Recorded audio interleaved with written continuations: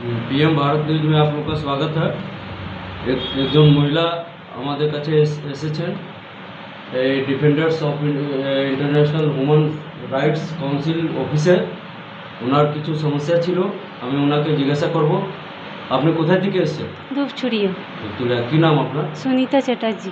আপনার স্বামীর নাম কি? দেবব্রত চ্যাটার্জি। আপনার কী সমস্যা ছিল?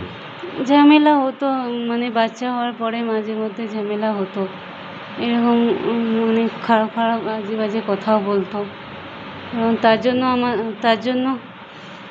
জন্য মানে আমাদের ছাড়াছাড়ি হয়ে যায় 2023-এ। তারপরে আমরা কোর্ট, থানা, পুলিশ সবই করেছি, কিন্তু কোনো কিছু হয়নি। তারপরে এই অফিসে মানব অধিকারী অফিসে এসে পরে আমার উপকার হয়েছে।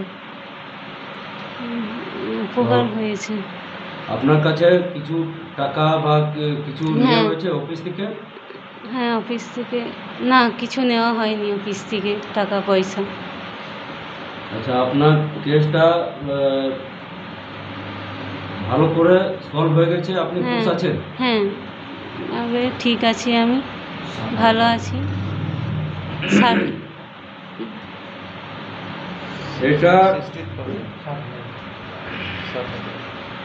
এটা আপনাকে 60,000 টাকা ওইখান থেকে দেওয়া হয়েছে, এটা আপনি রাখুন। Thank you sir. আর এটা কানে আছে? হ্যাঁ স্যার, কানের আছে। এটা হাতে চুড়ি আছে?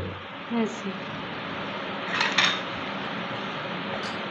আপনার যা যা সামান ছিল সব পেয়ে গেছেন আপনি? হ্যাঁ, সব পেয়ে গেছি।